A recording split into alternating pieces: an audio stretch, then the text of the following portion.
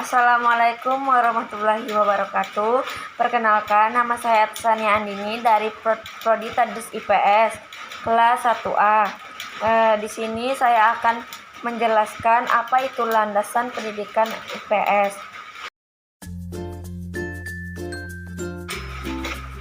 Landasan pendidikan IPS yaitu pendidikan IPS sebagai mata pelajaran dan pendidikan disiplin ilmu sebagiannya memiliki landasan dalam pengembangan, baik sebagai mata pelajaran maupun pendidikan disiplin ilmu.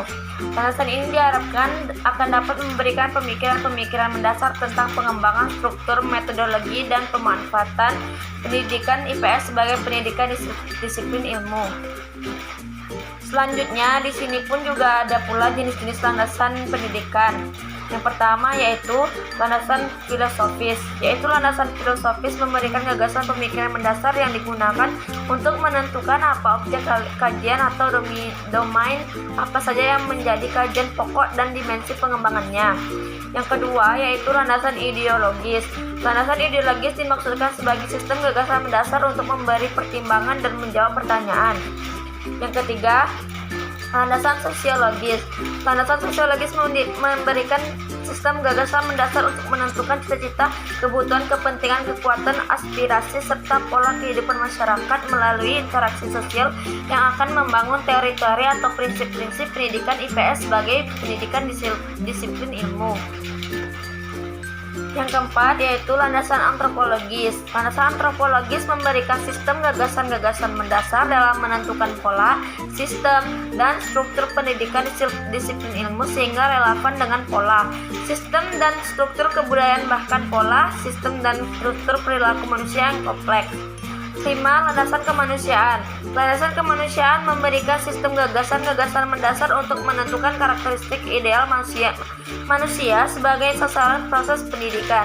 Yang keenam, landasan politis. Landasan politis memberikan sistem gagasan-gagasan mendasar untuk menentukan arah dan garis kebijakan dalam politik pendidikan dari pendidikan IPS.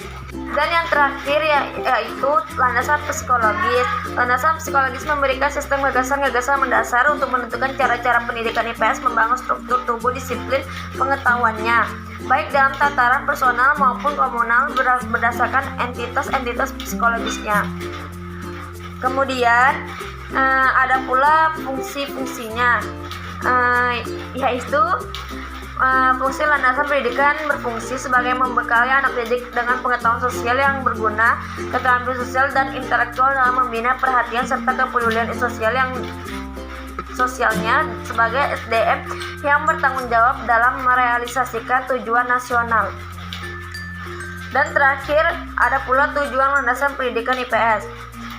Secara hierarki, tujuan pendidikan nasional dengan pada tataran operasional dijabarkan dalam tujuan institusional setiap jenis dan jenjang pendidikan.